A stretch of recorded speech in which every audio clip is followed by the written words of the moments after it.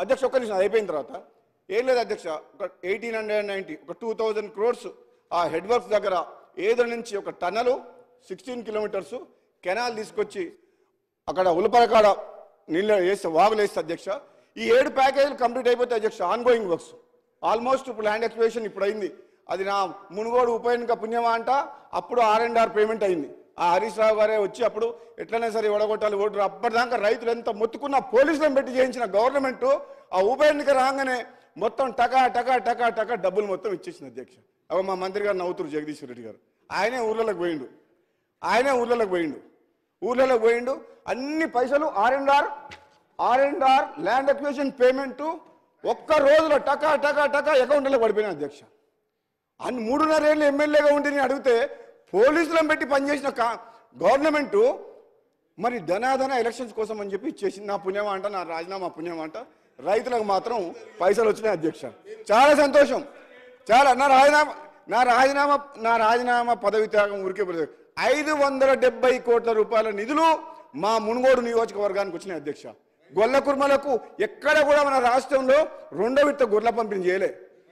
మామూలుగా అయితే గొర్రెలు ఇస్తారు కదా, నా రాజీనామా పుణ్యమాంటి 90 కోట్ల రూపాయలు గొల్ల కుర్మలకు 7,600 మందికి అకౌంట్లలో పడ్డాయి.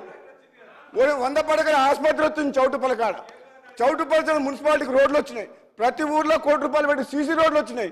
పోతే పోయింది నా పదవి 600 కోట్ల రూపాయలు నిధులైతే వచ్చినాయి మా మునుగోడు నియోజకవర్గాన్ని. మా రైతులు మాత్రం చాలా సంతోషంగా ఉండరు. కానీ ఇక నువ్వు ఇగో కాంట్రాక్ట్ కోసం పోయినోన్నైతే మళ్ళీ మీ పని పడుతుంది, మళ్ళీ కాంగ్రెస్లోకి ఎట్లా వచ్చినా? ఇప్పుడు అటు పోయినోన్నైతే మళ్ళీ మేము పని పడుతుంది కాంగ్రెస్లోకి ఎట్లా వస్తా? ఏదైతేనే అధ్యక్ష, ఏదేమైనా చాలా అధ్యక్ష ఏదేమైనా తెలంగాణ ఇచ్చిన కాంగ్రెస్ పార్టీ, నాది కాంగ్రెస్ పార్టీ రక్తం, కాంగ్రెస్ కుటుంబం. ఈరోజు నేను మళ్ళీ కాంగ్రెస్లోకి వచ్చినందుకు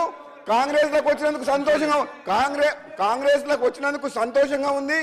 అందులో నేను వచ్చిన తర్వాత మళ్ళీ మా పార్టీ అధికారంలోకి వచ్చింది కాబట్టి ఇంకా సంతోషంగా ఉంది.